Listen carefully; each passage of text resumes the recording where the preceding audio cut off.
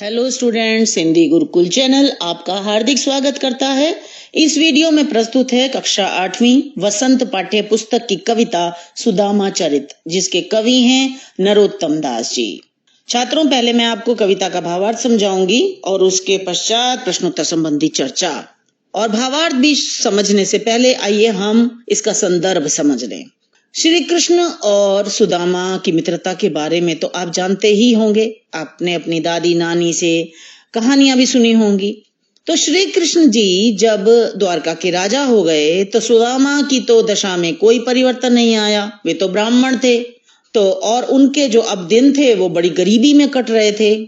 घर का खर्चा चलाना भी मुश्किल हो रहा था, खाने को अन्न नहीं था। तो उनकी पत्नी ने उनको कहा कि मित्र हैं आपके श्री कृष्ण जी, आप उनके पास क्यों नहीं जाते, उनसे कुछ मदद मांगिए कि पूरी दुनिया की वो खबर रखते हैं और सबकी मदद करते हैं, तो आपके तो मित्र हैं, आपकी मदद अवश्य करेंगे।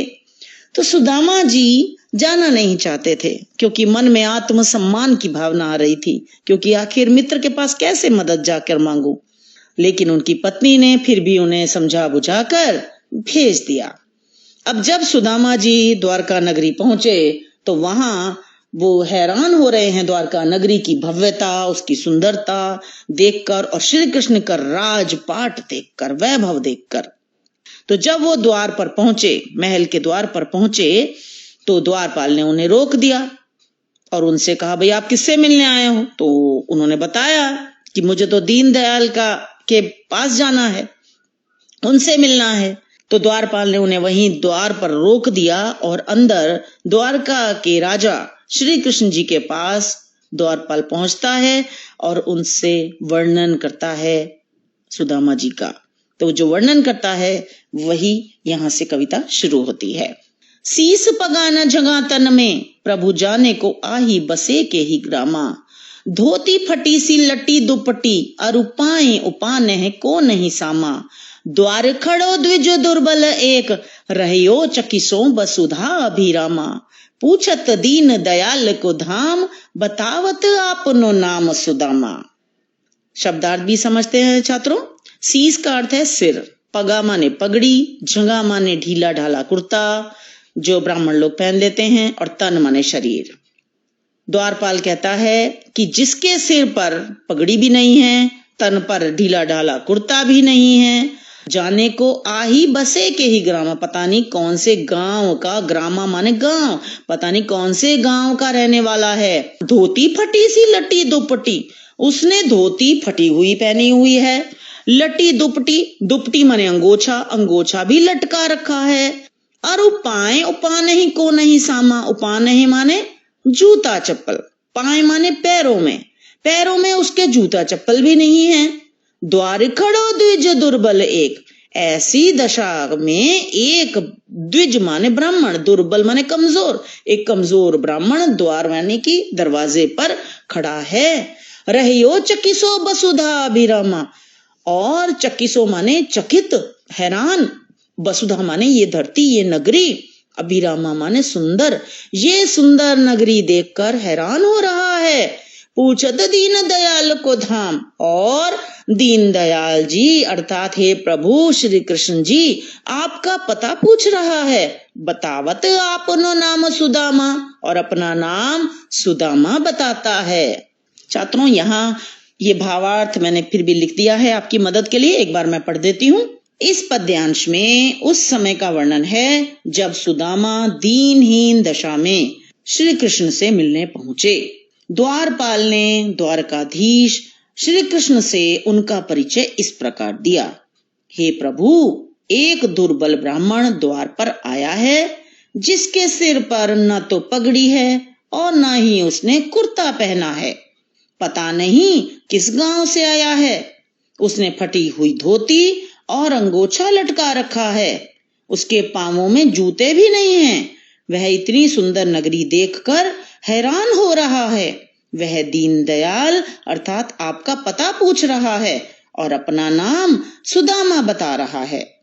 ये जब श्री कृष्ण जी ने सुदामा का नाम सुना तो वे तो दौड़े चले आए अपने बचपन के मित्र से मिलने। और उन्हें गले से लगा लिया और सम्मान पूर्वक महल में अंदर ले गए और सम्मान से बैठाया, बड़े आदर के साथ। और उनकी कैसी दशा देखी, अब उसका वर्णन है। ऐसे बेहाल बिवाइन सो पग कंटक जाल लगे पुन जोए, हाय महा दुख पायो सखा तुम आए इते न किते दिन खोए, देखी सुदामा की दीन दशा करुणा कर कै करुणा निधि रोए, पानी पर रात को हाथ छुयो नहीं नैनन के जल सो पग धोए। ऐसे बेहाल देखकर उनको, बिवाइयां कहते हैं छात्रों पैरों की फटी एड़ियां, है ना, उनके पैरों की फटी हुई एड़ियां देखकर, पग कंटक, पग कंटक माने पग माने पैर और कंटक माने कांटे, पांव में लगे हुए कांटे, जाल, जाल माने बहुत सारे कांटे लग गए थे उनके पांव में, लगे पुन जोए, श्री कृष्ण उनके पांव में लगे हुए कांटों को निकाल रहे हैं, बारी बारी से सब कांटे निकाल रहे हैं और दुखी हो रहे हैं। और क्या कहते हैं, हाय महा दुख पायो सखा, हाय मित्र, सखा माने मित्र, तुमने इतना दुख पाया, तुम आए इते न किते दिन खोए, तुम यहाँ इधर क्यों नहीं आए, तुमने कितने दिन ऐसे ही बर्बाद कर दिए, व्यर्थ कर दिए, पहले आ जाते मित्र। देखी सुदामा की दीन दशा, दीन दशा माने दशा, दीनहीन दशा, दीनहीन हालत, तो उनकी सुदामा की दीनहीन दशा देखकर करुणा करके करुणा निधि रोए, करुणा करके करुणा के सागर, करुणा निधि माने करुणा के सागर, श्री कृष्ण बहुत रोए। पानी पर रात को हाथ छुयो नहीं नैनन के जल सो पग धोए, उन्होंने पानी से भरी हुई परात को भी छुआ, हाथ से छुआ तक नहीं, नैनन के जल यानी आंसुओं से, अपने आंसुओं से ही पग धोए, उनके पांव धो दिए। छात्रों यहाँ पर अतिशयोक्ति अलंकार है। अतिशयोक्ति अलंकार वो अलंकार होता है जब किसी बात का वर्णन बढ़ा चढ़ा कर किया जाता है जो वास्तव में जिंदगी में संभव ही नहीं है। तो यहाँ श्री कृष्ण की आंसुओं से उनके सुदामा जी के पैर धुल गए, तो ये तो बिल्कुल असंभव बात है, ऐसा हो ही नहीं सकता, इसलिए यहाँ अतिशयोक्ति अलंकार है। फिर भावार्थ सुन लें। सुदामा की दीनहीन दशा और पांवों की फटी एड़ियों को देखकर श्री कृष्ण अत्यंत दुखी हुए। उन्होंने सुदामा के पांव में चुभे कांटों को ढूंढ ढूंढ कर निकाला और वे सुदामा से बोले, हे मित्र, तुमने जीवन में इतने दुख पाए, इतने दिन परेशानी में बिता दिए, पहले क्यों नहीं आए? सुदामा की दीनहीन हालत देखकर, दीनहीन दशा देखकर करुणा के सागर श्री कृष्ण इतना रोए कि उन्होंने पानी से भरी परात को भी हाथ नहीं लगाया और अपने आंसुओं से ही उनके पैर धोए। कछु भाभी हमको दिए सो तुम काहे न देत, चापी पोटरी कांख में रहे कहे ओ के ही हेतु, आगे चना गुरु मातु देते, लय तुम चाबी हमें नहीं दीने। श्याम कहो मुस्काए सुदामा सो, चोरी की बान में हो जो प्रवीणे, पोटरी कांख में चापी रहे तुम, खोलत नाही सुधा रस भीने, पाचिली बानी है जो न तजो तुम, तैसे ही भाभी के तंदुल कीन्हे। अब श्री कृष्ण जी ने ये देखा कि ये सुदामा जी अपनी बगल में कुछ छुपा रहे हैं और वो समझ गए कि ये मेरे लिए कोई भेंट लाए हैं जो छिपा रहे हैं और मुझे देते नहीं हैं। तो यहाँ श्री कृष्ण जी किस प्रकार कहते हैं, आइए समझते हैं हम। कछु भाभी हमको दिए, वो कहते हैं श्री कृष्ण सुदामा जी से कि मेरी भाभी ने अर्थात तुम्हारी पत्नी ने हमको दियो, मेरे को भेजा होगा जरूर कुछ, सो तुम काहे ना देत, वो तुम मुझे काहे नहीं देते हो, किस लिए नहीं दे रहे हो। चापी पोटरी कांख में रहे कहो के ही हेतु, कांख माने बगल में, है ना, तुम वो पोटरी जो पोटली है तुम्हारी, जो जिसमें तुम भेंट लाए हो, वो पोटली तुमने बगल में क्यों दबा रखी है, कहो कि हेतु, किस लिए रखी हुई है वहां पर बगल में छुपा कर। आगे चना गुरु माता दयते, अब यहाँ पर उन्हें याद करा रहे हैं बचपन की वे घटना जब गुरु माता ने चने दिए थे, जब वे जंगल में लकड़ी काटने जा रहे थे। सुदामा और श्री कृष्ण दोनों गुरु संदीपन के आश्रम में पढ़ते थे। और पहले क्या होता था छात्रों, जब जो शिष्य होता था जब गुरु के पास पढ़ता था तो वहीं रहता था। तो ऐसे ही श्री कृष्ण और सुदामा वहीं रहते थे उनके पास। तो जो गुरु और गुरु माता होते हैं वो अपने संतान अपने बच्चे की तरह बिल्कुल उनकी देखभाल करते हैं, और जो शिष्य होते हैं वो भी माता पिता के समान गुरु का आदर करते हैं, उनकी आज्ञा का पालन करते हैं और उनके साथ रहते हैं। तो जब रह रहे थे ये दोनों श्री कृष्ण जी और सुदामा जी गुरु संदीपनी के आश्रम में, तो गुरु माता ने कहा कि जंगल से लकड़ियां काट लाओ। फिर उनको लगा कि दोनों जा रहे हैं, बच्चे हैं, भूख लग जाएगी, तो उन्होंने चने दे दिए, भुने हुए चने। और सुदामा जी तो पीछे थे, तो श्री कृष्ण आगे आगे जा रहे थे, तो उन्होंने सुदामा को बुलाकर ही दे दिए चने और कहा कि दोनों को जब भूख लगे तो दोनों मिलकर खा लेना। तो सुदामा जी और श्री कृष्ण जब जंगल पहुंचे, रात हो गई थी और वहां पर ठंड भी हो गई। दोनों जंगली जानवर से बचने के लिए पेड़ पर चढ़ गए थे। अब जब पेड़ पर चढ़ गए, ठंड भी लग रही थी, तो सुदामा को भूख लगी। तो सुदामा ने क्या किया, वो चने खाने लगे, और भूख इतनी लगी थी चने सारे खुद ही खाने लगे। और श्री कृष्ण ने पूछा भी उनसे कि ये कटकट की आवाज कैसे आ रही है, क्योंकि जब चने खाते हैं तो आवाज आती है।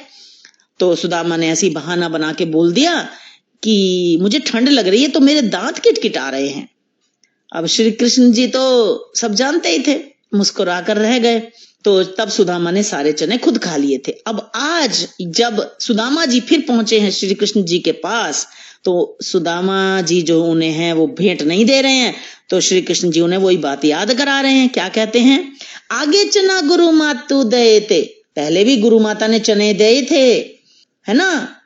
लए तुम चाबी हमें नहीं दीने, तब भी तुमने अकेले ही चाब लिए थे, अकेले ही चबा गए थे, हमें नहीं दीने, हमें नहीं दिए थे। चाबी माने चबाना, है ना।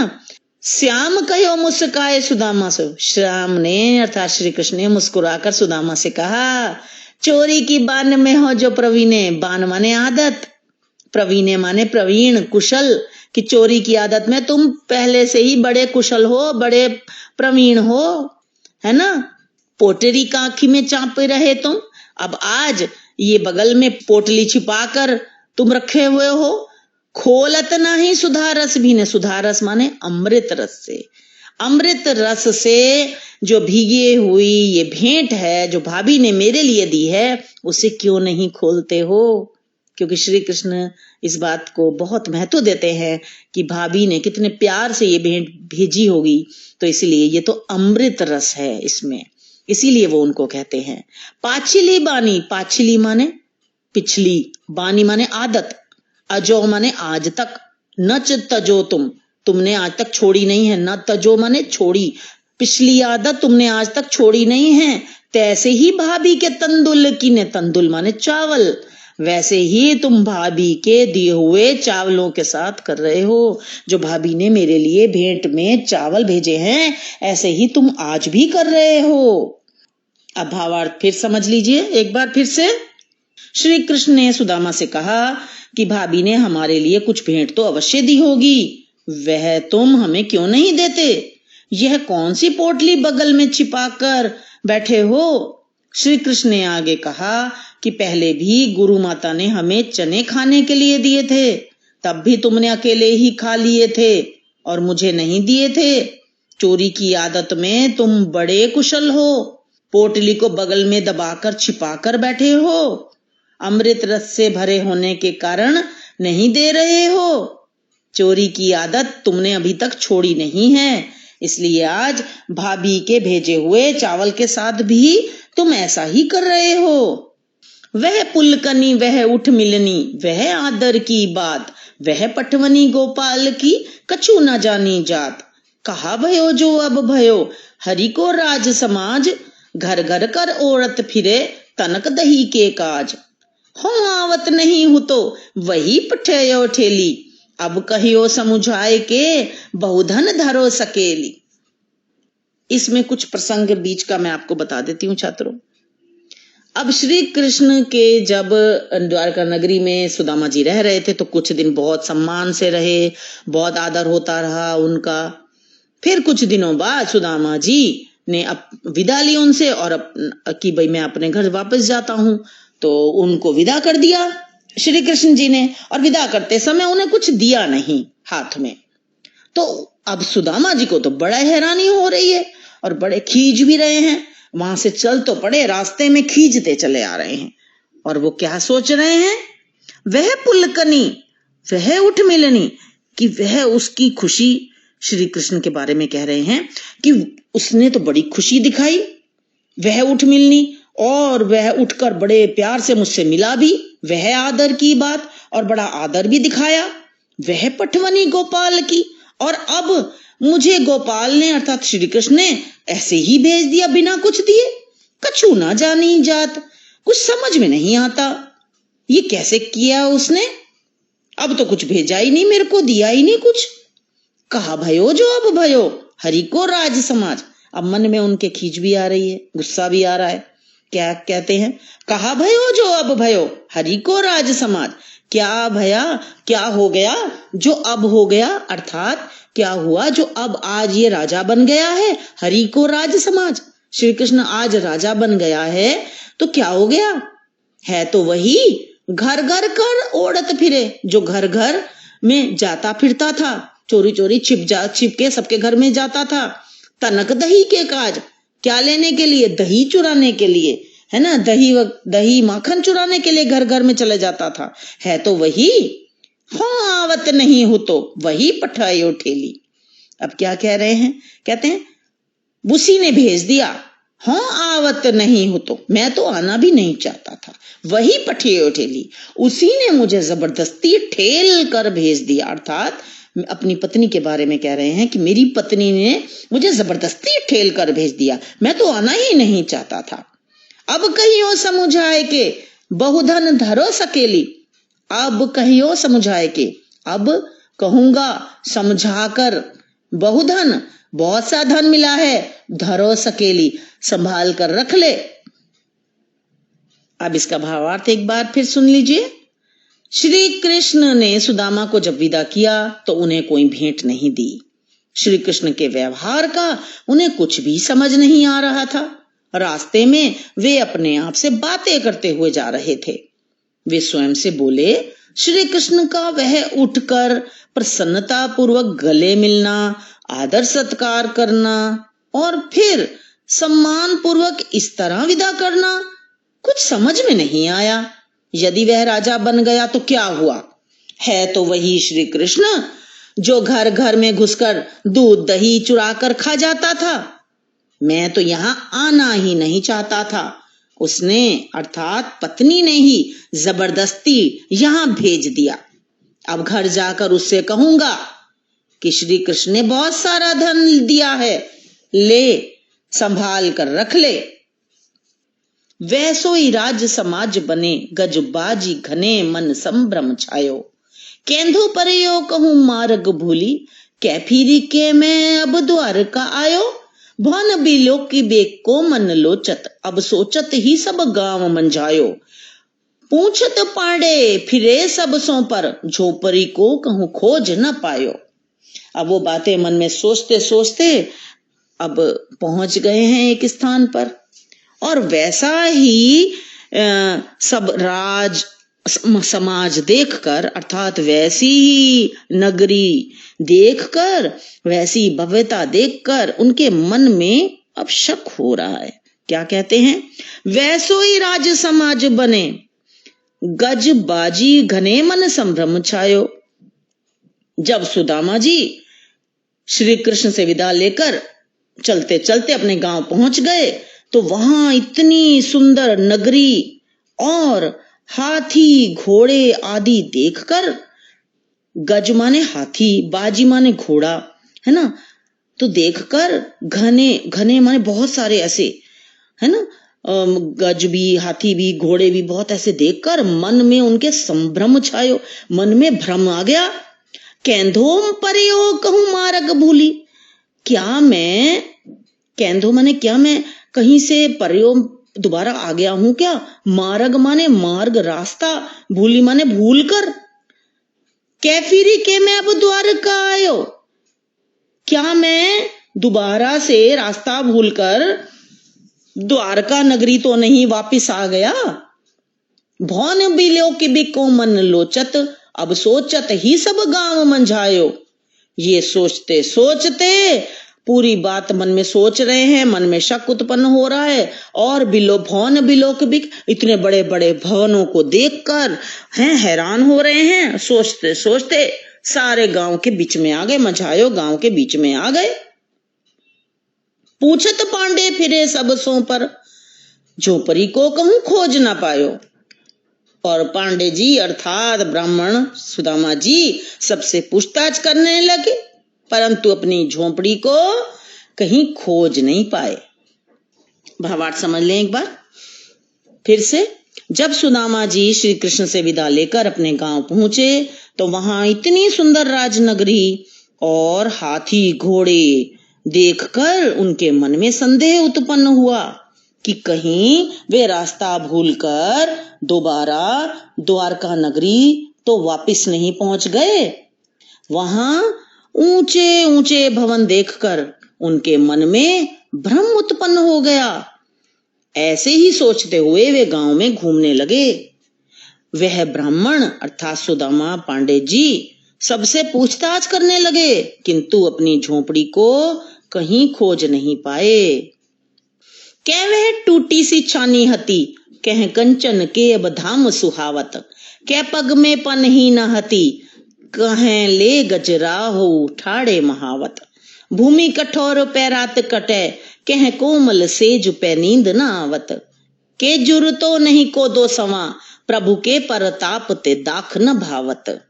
अब फिर उनकी पत्नी आई और उनको सम्मान पूर्वक ले गई तो हैरान हो रहे हैं और देखा कि समझ गए। फिर उनकी पत्नी ने बताया कि श्री कृष्ण ने ही ये रातों रात कायाकल्प कर दिया है और गांव को ही इतना सुंदर नगरी के रूप में परिवर्तित कर दिया है। और अब सुदामा जी बड़े ठाट बाट से रहने लगे। अब उसी का वर्णन है। श्री कृष्ण की कृपा और दया का वर्णन करते हुए अब सुदामा जी क्या कहते हैं वो समझते हैं कि कहां मेरी टूटी हुई छानी हती, माने टूटी हुई झोपड़ी, कहां मेरी वो टूटी हुई झोपड़ी थी और कहां अब सोने के महल हैं। कै पग में पन ही ना थी, कहां तो पांव में, पग मैंने पांव में, पन ही माने जूता, चप्पल जूता भी नहीं था। कह ले गजरा हो ठाड़े महावत, महावत माने हाथीवान, और कहां हाथी को लेकर महावत खड़ा है द्वार के ऊपर। भूमि कठोर पे रात कटे, और कहां पहले रात जो थी वो कठोर भूमि पर कटती थी। कह कोमल सेज पे नींद न आवत, और कहां अब कोमल सेज, सेज माने बिस्तर, और कहां अब कोमल सेज है, कोमल बिस्तर है पर उस पर नींद नहीं आती है। क्या जुर्तो नहीं कोदो सवा। छात्रों, कोदो और सवा जो थे वो पुराने जमाने में अनाज होता था जो गरीब लोग खाते थे। आज भी सवा के चावल व्रत वगैरह में खाए जाते हैं, लोग खाते हैं। तो कोदो और सवा का भी प्रबंध पहले नहीं हो पाता था। सुदामा जी यही बात कह रहे हैं। क्या जुरुतो माने प्रबंध, पहले तो कहाँ कोदों और सवा का भी प्रबंध नहीं हो पाता था। प्रभु के प्रताप ते दाख न भावत, प्रताप माने प्रताप, ईश्वर के प्रताप अर्थात श्री कृष्ण के प्रताप से दाख माने किशमिश आदि मेवे भी ना भावत माने नहीं अच्छे लगते, अब तो अच्छे भी नहीं लगते। छात्रों, ऐसा होता है ना, कोई चीज जो हमें बहुत अधिक मात्रा में मिल जाती है, सुविधा से मिल जाती है, फिर हम उसकी कद्र नहीं करते, फिर वो हमें अच्छी नहीं लगती। ऐसे ही सुदामा जी के साथ हो रहा है। अब इसका भावार्थ एक बार पुनः सुन लें। श्री कृष्ण की कृपा और दया का वर्णन करते हुए सुदामा जी कहते हैं कि कहाँ मेरी टूटी हुई झोपड़ी हुआ करती थी और कहाँ अब सोने के महल हैं। पहले पैरों में चप्पल भी नहीं होती थी और कहाँ अब महावत हाथी लेकर द्वार पर खड़े रहते हैं। पहले कठोर भूमि पर ही रात में सोना पड़ता था और कहाँ अब नरम और आरामदायक बिस्तर पर भी नींद नहीं आती। पहले कोदों और सवा का प्रबंध भी नहीं हो पाता था और कहाँ अब प्रभु की कृपा के कारण किशमिश आदि मेवे भी सुलभ हैं, किंतु अच्छे नहीं लगते। आइए छात्रों, अब प्रश्नोत्तर देख लेते हैं। पहला प्रश्न, सुदामा की दीन दशा देखकर श्री कृष्ण की क्या मनोदशा हुई? अपने शब्दों में लिखिए। सुदामा की दीनहीन दशा देखकर श्री कृष्ण बहुत दुखी हुए। उन्होंने उन्हें आदर से बिठाया और उनसे शिकायत करते हुए ये कहा कि हे मित्र, तुम पहले क्यों नहीं आ गए? इतने दिनों तुमने इतने दुख क्यों पाए? इतने दिन बर्बाद क्यों कर दिए? पहले ही आ जाते। श्री कृष्ण ने सुदामा के पांव में लगे हुए कांटों को ढूंढ ढूंढ कर निकाला और उनके पांवों को अपने आंसुओं से ही धो डाला और उन्होंने पानी से भरी हुई परात को भी हाथ नहीं लगाया। प्रश्न दूसरा, पानी परात को हाथ छुयो नहीं, नैनन के जल सो पग धोए। पंक्ति में वर्णित भाव का वर्णन अपने शब्दों में कीजिए। इसका उत्तर आप ऐसे लिखें। इस पंक्ति में श्री कृष्ण के मन में सुदामा के प्रति जो करुणा का भाव उत्पन्न होता है उसका वर्णन किया गया है। सुदामा की दीनहीन दशा देखकर श्री कृष्ण को बहुत दुख हुआ और करुणा के सागर श्री कृष्ण ने पानी से भरी परात को भी हाथ नहीं लगाया और अपने आंसुओं से ही उनके पांव धो दिए। अर्थात श्री कृष्ण को अत्यधिक दुख हुआ और वे बहुत अधिक रोए। इस पंक्ति में छात्रों अतिशयोक्ति अलंकार है, क्योंकि अतिशयोक्ति अलंकार वही होता है जहां बात को बहुत बढ़ा चढ़ाकर प्रस्तुत किया जाता है जो वास्तविक जीवन में संभव ही नहीं है। तो यहाँ इसी बात का वर्णन है। श्री कृष्ण ने अपने आंसुओं से ही उनके पांव धोए सुदामा जी के, जो कि वास्तविक जीवन में बिल्कुल असंभव बात है। अगला प्रश्न देखते हैं। प्रश्न नंबर 3, चोरी की बान में हो जो प्रवीणे। उपर्युक्त पंक्ति श्री कृष्ण सुदामा से कह रहे हैं। अगला प्रश्न, कथन की पृष्ठभूमि स्पष्ट कीजिए। कथन की पृष्ठभूमि ये होगी, आप इसमें उत्तर ऐसे लिखें। जब श्री कृष्ण ने देखा कि सुदामा जी बगल में कोई पोटली छिपाकर बैठे हैं और उन्हें नहीं दे रहे हैं, बार बार उसे छुपाने की इस तरह से कोशिश करते हैं कि श्री कृष्ण की उस पर निगाह न पड़े, तब श्री कृष्ण उनसे ये बात कहते हैं कि चोरी की आदत में तुम बहुत कुशल हो। अगला प्रश्न, इस शिकायत के पीछे कौन सी पौराणिक कथा है? इसका उत्तर आप ऐसे लिखें। जब बचपन में श्री कृष्ण और सुदामा गुरु संदीपनी के आश्रम में शिक्षा ग्रहण करते थे, तब एक बार गुरु माता ने उन्हें जंगल से लकड़ी काट कर लाने को कहा। उन्होंने श्री कृष्ण और सुदामा को चने भी दिए ताकि वे भूख लगने पर खा सकें। वे चने सुदामा ने अपनी धोती में बांध लिए थे। जंगल में अधिक देर होने पर और वर्षा होने पर सुदामा ने सारे चने स्वयं ही खा लिए और श्री कृष्ण को नहीं दिए। इस प्रकार उपयुक्त कथन के पीछे यही पौराणिक कथा है। छात्रों, मुझे आशा है कि आपको यह कविता समझ में आ गई होगी। अन्य पाठों के लिए इस वीडियो के नीचे डिस्क्रिप्शन में जरूर देखें। इस वीडियो को लाइक करें, दोस्तों के साथ शेयर करें और सब्सक्राइब करना बिल्कुल ना भूलें। तो मिलते हैं अगली वीडियो में। नमस्कार।